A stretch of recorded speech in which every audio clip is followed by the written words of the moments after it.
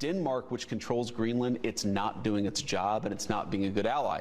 So you have to ask yourself, how are we going to solve that problem, solve our own national security? If that means that we need to take more territorial interest in Greenland, that is what President Trump is going to do, because he doesn't care about what the Europeans scream at us. First of all, Denmark has been a very reliable NATO ally. As a point of fact, it lost more soldiers per capita than anyone else in Afghanistan, apart from the US. Not that J.D. Vance appears to recognize that. But I'm sort of interested to know your reaction, Laura, but also where you think it's going. I mean, we've got, Waltz and J.D. Vance's wife visiting Greenland, which seems extremely sort of weird and provocative. Is it really conceivable the US will suddenly fly in and start landing troops in Greenland? Is that fanciful? What do you make of it, and where do you think it's going? Well, on Greenland, during the transition, Trump even said that he would take Greenland by force if he needed to, of which was walked back by his transition office. And since then, Greenland just keeps coming up on his mind. Let's not forget, this guy's in real estate.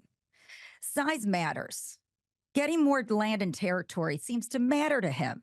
And the thing is, he said in the State of the Union around March 5th, well, our friends in Greenland can decide their own destiny. And then a week later, he had the NATO Secretary General in the Oval Office, to which he said, by the way, in front of the press, when he was asked about Greenland, he said, yes, we need to annex Greenland. We need to work on that. And I'm going to need your support on that. Well, after which the Secretary General said, we really don't want to be involved in that. We don't see a place for us in that. He just won't let it lie. And now they're sending the second lady, Usha Vance, over for a cultural trip with one of her two sons, one's 7, one's 5. We don't know which one's going, to watch a dog sled race and go to cultural institutions. The White House was asked this last weekend, were you invited to send a delegation to Greenland? Did they ask you for this? The White House didn't answer, but the current prime minister of Greenland did and said, no, there was no invitation for a delegation.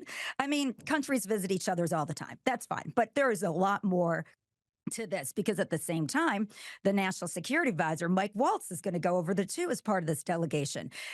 So there's just a lot of murkiness here. I mean, obviously, the Trump administration wants to show their power and their prowess by sending a cultural delegation over.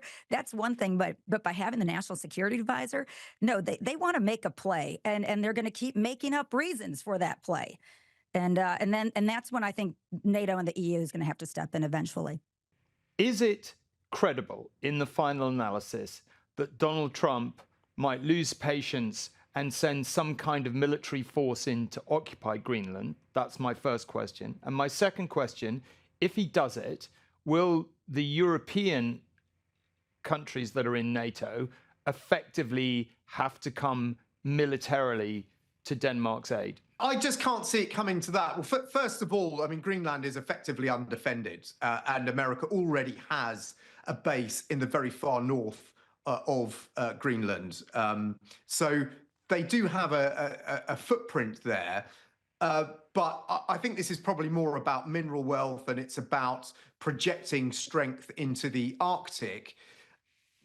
But you're right, could this come to a crisis where America says, well, we're going to build another base here, and, what are you going to do about it, kind of thing? And that would put, obviously, Denmark in a very difficult position. At the end of the day, it may just have to acquiesce. And probably that is what is part of Trump's calculation, is that if he starts throwing his weight around in this way, ultimately he's going to be able to say, well, we're going to do this. We're going to have your mineral rights. We're going to start a mining operation here. What are you going to do about it? The one thing I think when we think about boots on the ground, we think boots on the ground, soldiers. Another way to look at it is if the United States went into Greenland and created a power source, because an immense amount of power is needed. We're talking about this for Ukraine as well, in order to mine these rare earth minerals. If the United States said, hey, we're going to become that power source, we're going to build that with our people, our money, our technology, I think that would give the Trump administration a larger stronghold to move forward with their plans to acquire Greenland.